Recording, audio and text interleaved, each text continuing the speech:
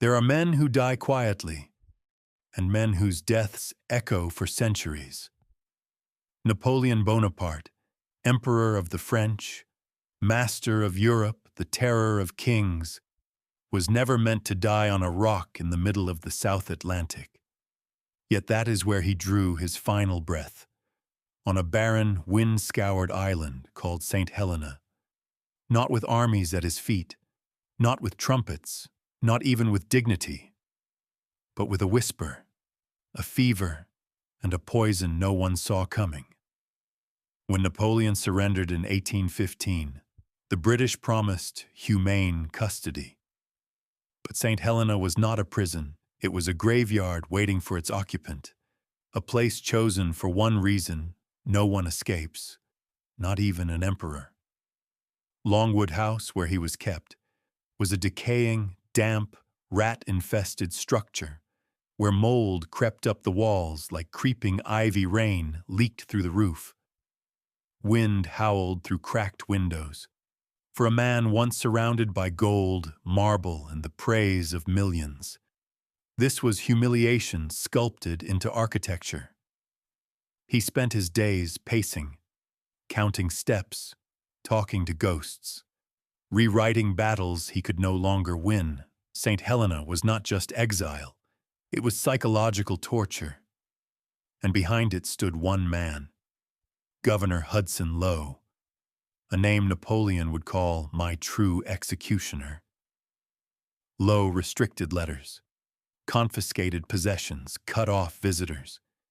He even forbid Napoleon from walking beyond a certain distance from Longwood.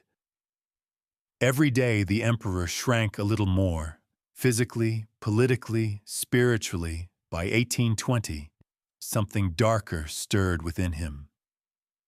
Napoleon developed agonizing stomach pains, vomiting, internal burning, night sweats, and a slow, wasting weakness that no rest could cure. His doctors blamed the climate, the food, stress, even melancholy. But they were wrong. Or perhaps they pretended to be, because someone else, somewhere, suspected the truth before anyone dared whisper it. The emperor was being poisoned. A century later, scientists analyzing a lock of Napoleon's hair would find abnormally high levels of arsenic, the most famous poison of its era, a poison used by courts, kings, and assassins. A poison that kills slowly, silently. Perfect for a political execution dressed as illness, but who could have administered it? The British? His own companions? A spy? Or someone far more unexpected? The answer lies buried in the final years of his life. As the winds of St. Helena tore endlessly across the island, the Emperor of Europe began to fade. Not like a fallen warrior, but like a ghost trapped between worlds. His last words, whispered into the darkness, carried the weight of conspiracy, heartbreak, and a lifetime of betrayal. France, my son, the army, Josephine.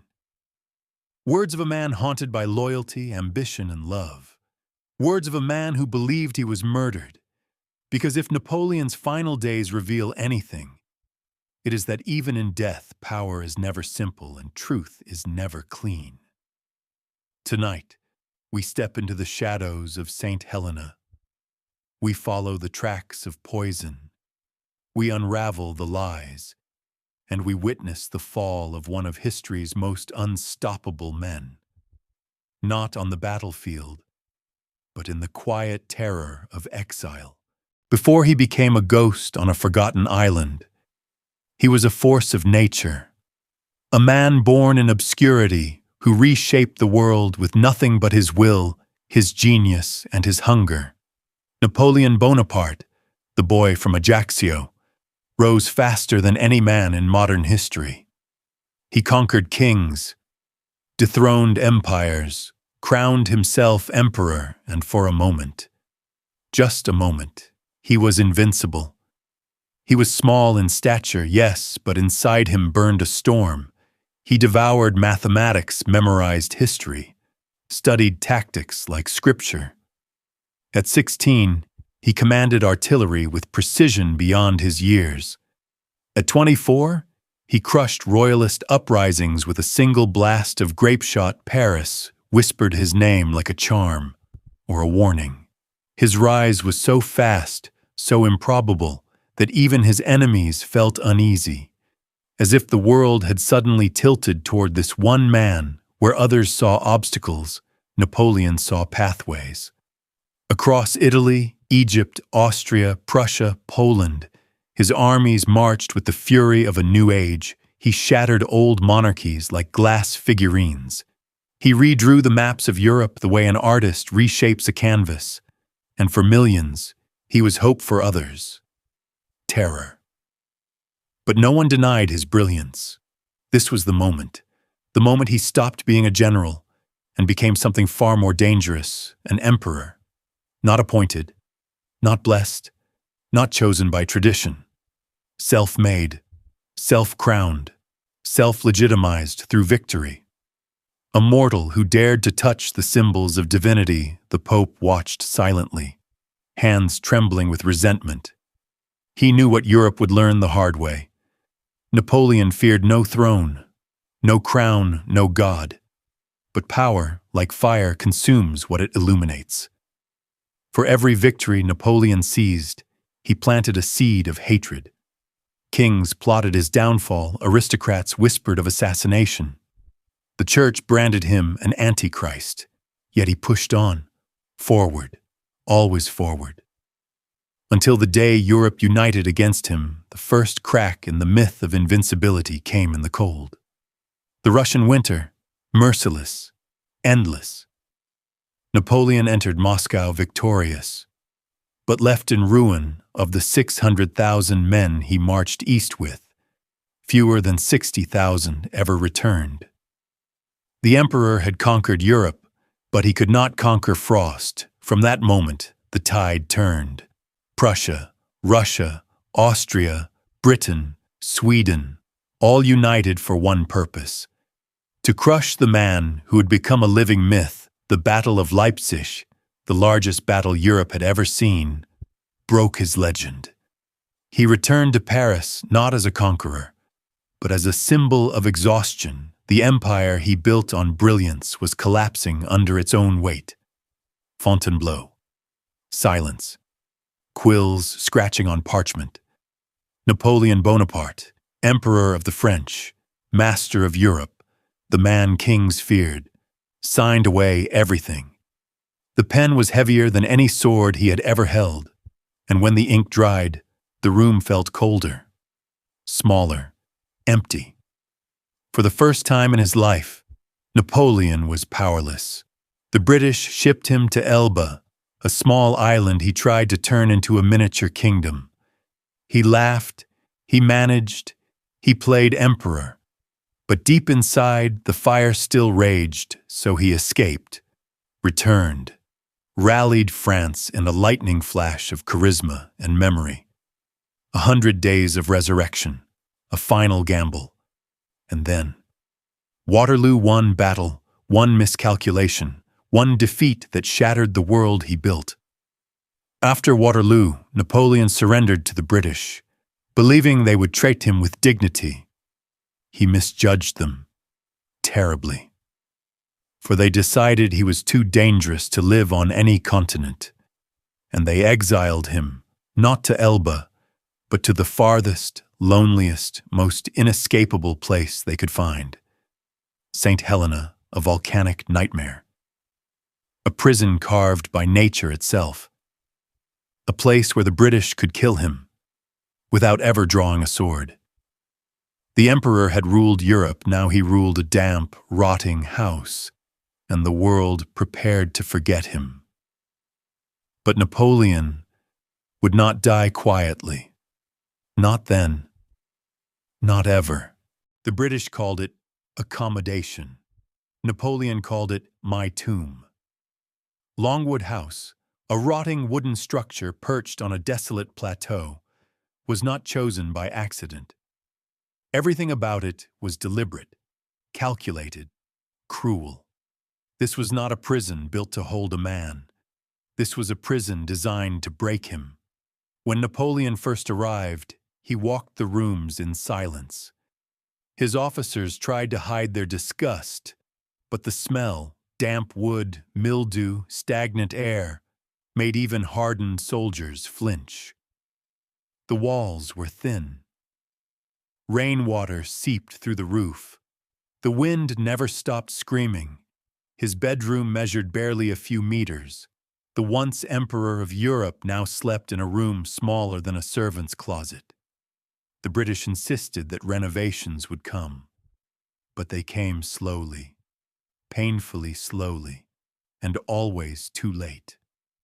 As if the island itself was conspiring with the British to grind Napoleon down grain by grain, Napoleon's world shrank to a few hundred meters of barren ground. He was permitted to walk, but never alone, always under armed watch, always within shouting distance of soldiers who loathed him. He could see nature stretching out in every direction, endless cliffs, endless sea, endless sky. Yet he was caged within invisible lines drawn by men who used to tremble at his name. He asked for books. They denied them. He asked for letters. They censored them. He asked for news. They distorted it. Every day the bars tightened, and behind all of it was one man, Sir Hudson Lowe. If the devil ever wore a British uniform, Napoleon believed, he wore Hudson Lowe's. Lowe claimed he was obeying orders, but his cruelty went beyond duty. He restricted visitors, interrogated servants, even examined Napoleon's laundry for hidden messages. He purposely delayed shipments of food, clothing, medicine, even wine, knowing well that the emperor's declining health required stability and care. To Lowe, this was not imprisonment. It was domination, humiliation, punishment, and every time Napoleon requested the rights of a gentleman, Lowe's answer was the same. You are no longer emperor. But if they expected him to surrender mentally, they underestimated him, Napoleon wrote constantly. Letters, memoirs, reflections. His mind refused to bow even as his body weakened. He dictated to his companions. General Bertrand, Count Montholon, and the loyal Las Cases, a man who would later publish Napoleon's words and ignite a legend. In those writings, Napoleon was not a prisoner. He was still the master strategist, still the visionary, still the emperor. His memoirs became his final campaign. If he could not rule the world, he would shape its memory. Yet even legends cannot escape the wrath of nature. Saint Helena was damp, cold, vermin-infested. The air carried mold spores that infected lungs and blood. Napoleon's health deteriorated quickly. The once iron stomach that sustained him through war now twisted in agony. He suffered from constant nausea, burning abdominal pain, violent bouts of vomiting, and sudden episodes of dizziness that left him gasping for breath.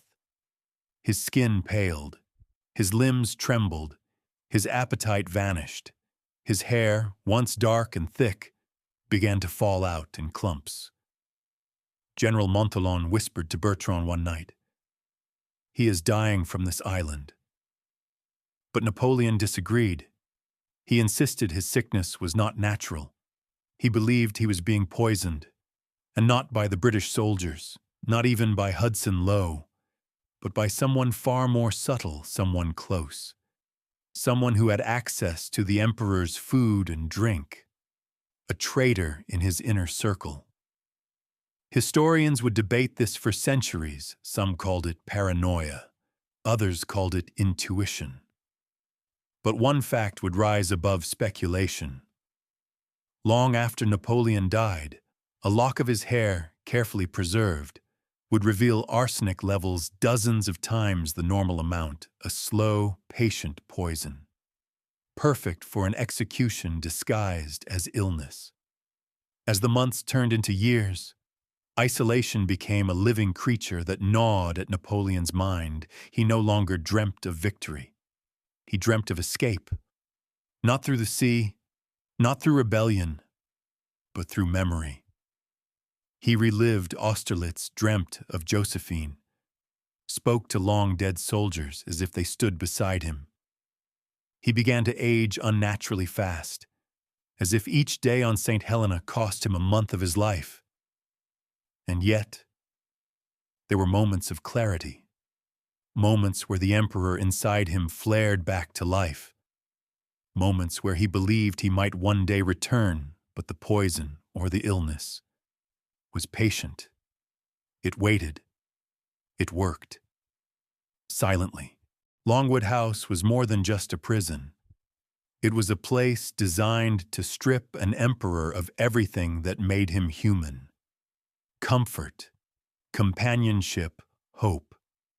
By the time 1820 arrived, Napoleon was a shadow of the man who once commanded Europe.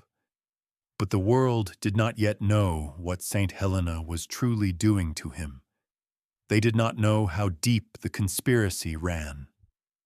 They did not know how poison moves through a body over months, over years. They did not know that the Emperor of the French, one of history's greatest warriors, was being killed not by a sword, not by an army, but by a slow, invisible hand. A hand that fed him. A hand that smiled at him. A hand that pretended loyalty. The hand of a man Napoleon trusted. Poison does not always come in a dagger's tip. Sometimes it arrives in a smile, in a glass of wine, in a meal prepared with care, brought by a man who bows and betrays. By 1818, Napoleon's health was visibly collapsing. Not suddenly, but slowly, deliberately, like a clock winding down a last painful revolution. To the world, he was simply dying from a tropical climate or an inherited disease. That was the official British explanation. But behind the polite phrases lay a far darker truth. Something, or someone, was eating the emperor alive from the inside. The first symptoms were easy to dismiss. Stomach pain, fatigue, loss of appetite. But soon the symptoms grew monstrous. Burning nausea, vomiting that left him trembling, a bitter metallic taste coating his tongue, night sweats that soaked his sheets, random bouts of dizziness that left him grasping the walls like an old man twice his age. And then came the strangest symptom of all, one Napoleon mentioned repeatedly. I feel as though fire has taken root in my stomach. Doctors blamed the island, the humidity, Napoleon's temperament, even his memories. But none dared articulate the obvious. Not yet. His physicians prescribed ointments, tonics, laxatives, barbaric treatments by today's standards. One of them, ironically, contained small amounts of arsenic already considered therapeutic at the time. Imagine that, a dying man given medicine that mirrored the poison already in his blood. Napoleon once joked bitterly, "My doctors will finish what the British started."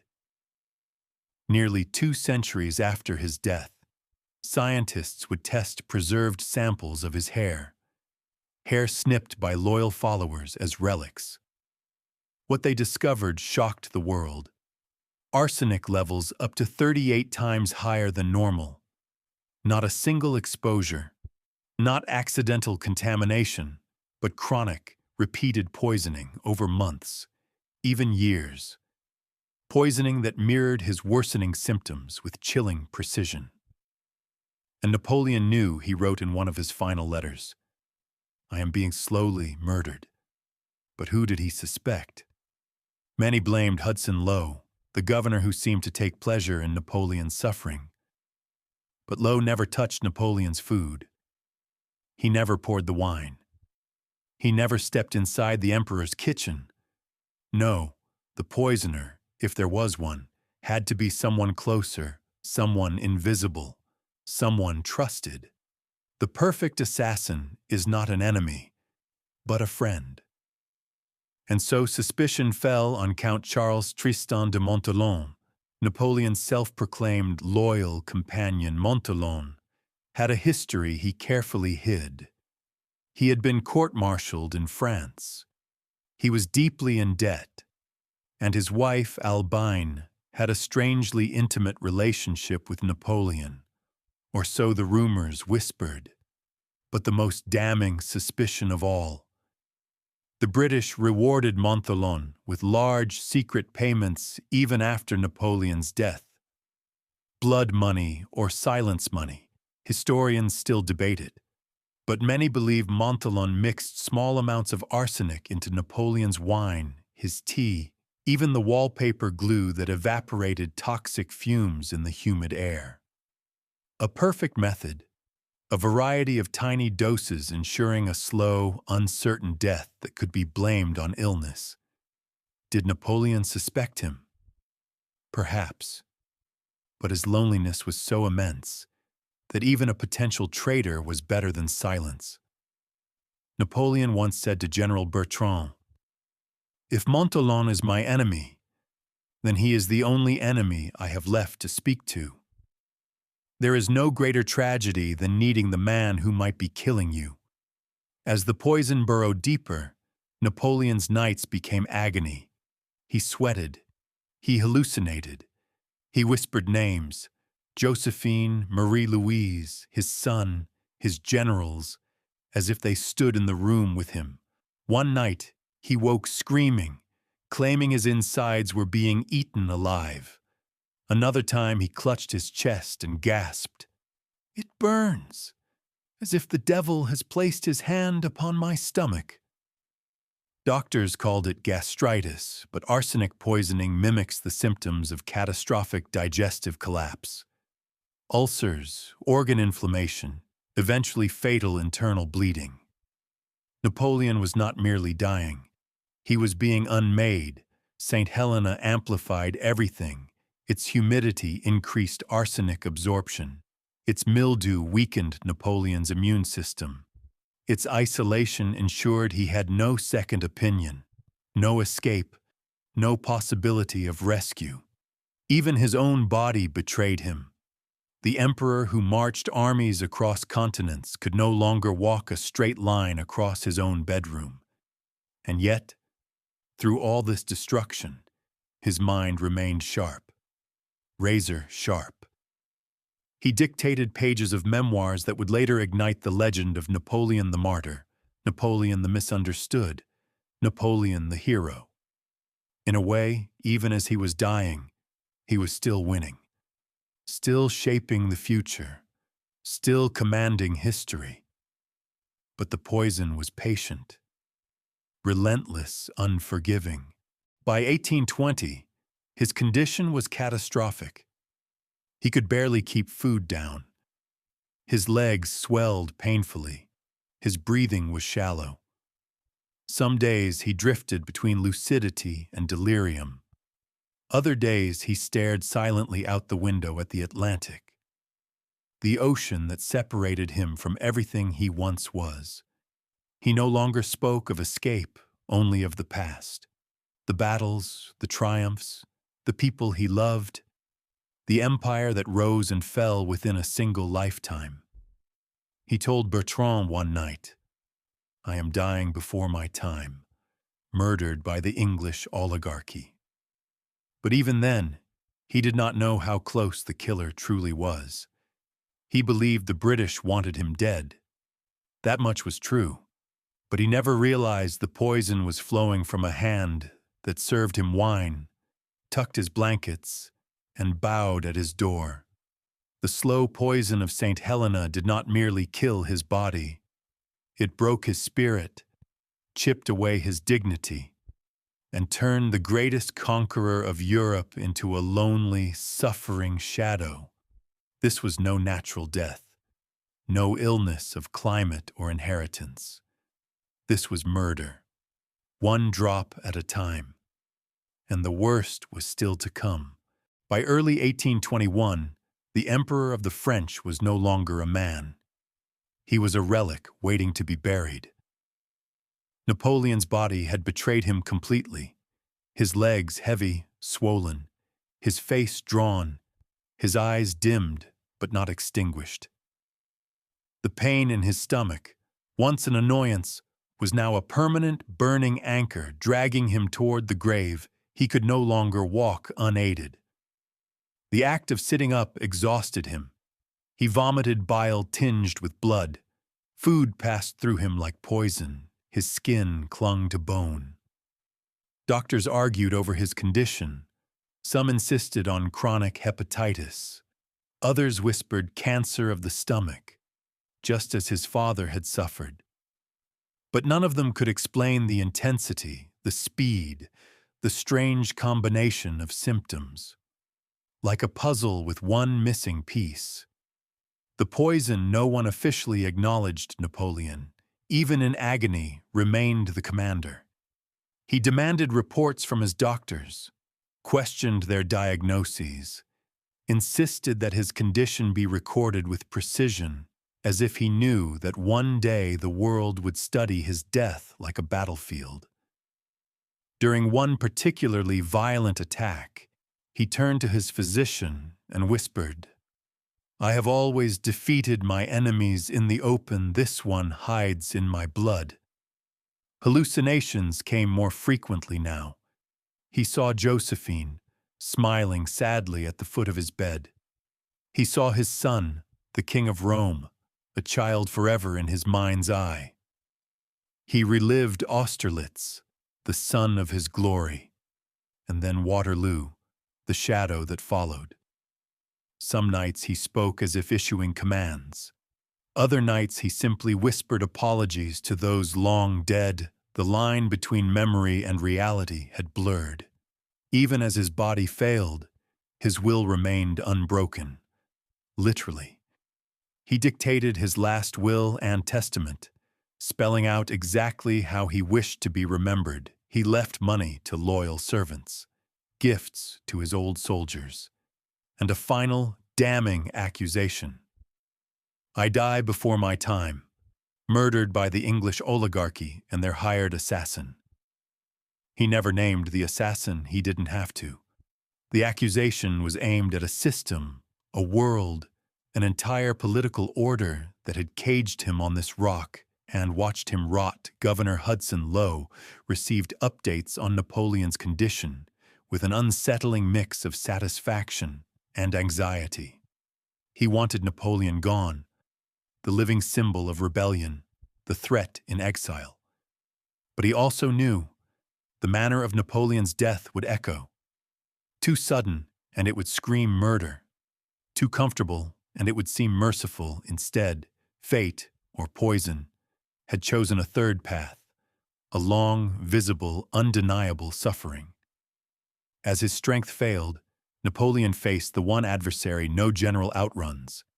God. He received the sacraments, confessed.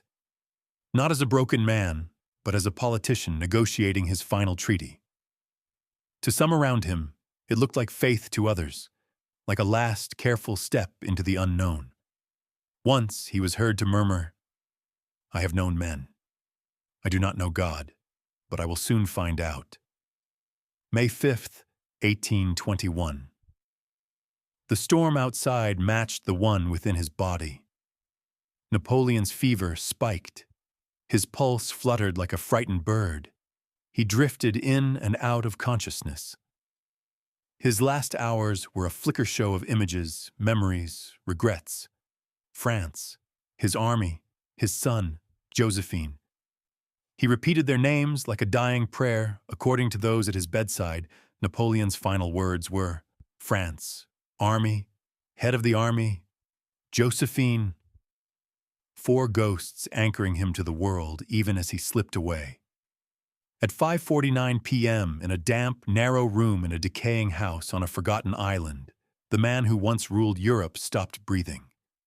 There were no cannons, no drums, no cheering crowds, just the sound of wind rattling a broken window. The emperor was dead, but the legend, that was only beginning. When Napoleon's breath faded into silence, the world did not simply lose a man. It lost a myth, a storm, a force that reshaped continents. But death, for Napoleon Bonaparte, was not an ending. It was the beginning of a mystery, one that would haunt historians for centuries. As the rain fell outside Longwood, the British took control of the room. They recorded every detail of his death. The bedsheets, the temperature, the time, the witnesses. But in their meticulous notes, something strange emerged. Napoleon's stomach was severely inflamed, his intestines swollen, his liver pale.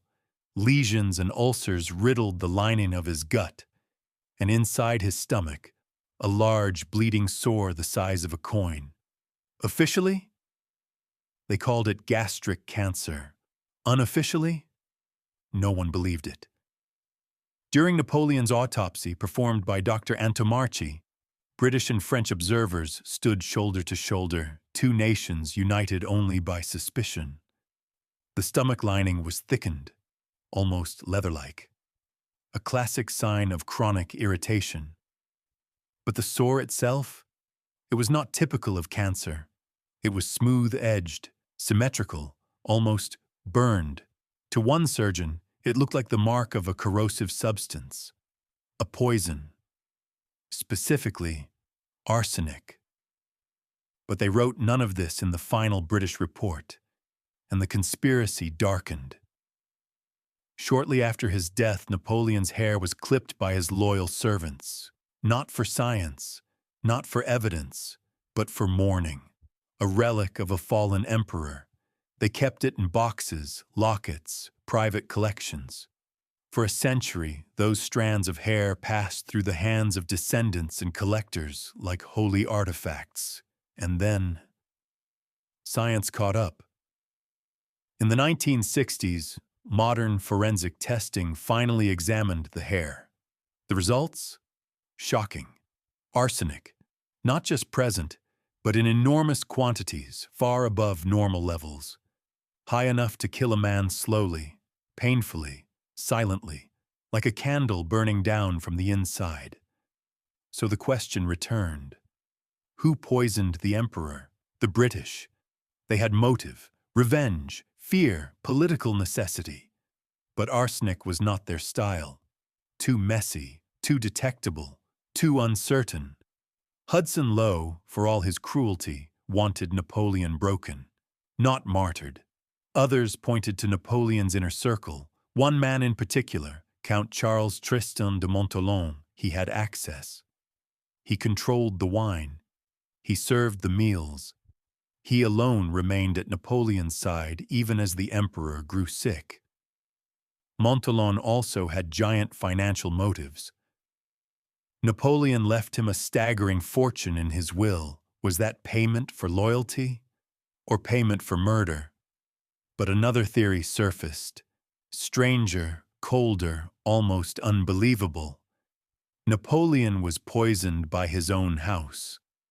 The wallpaper at Longwood, decorated with a stylish green pigment popular in the era, was dyed with copper arsenite, known as Paris green. When the damp Atlantic air hit the wallpaper, it released arsenic vapors invisible, lethal, breathable. Every night as he slept, Napoleon inhaled it. Every meal eaten in his chamber was tainted.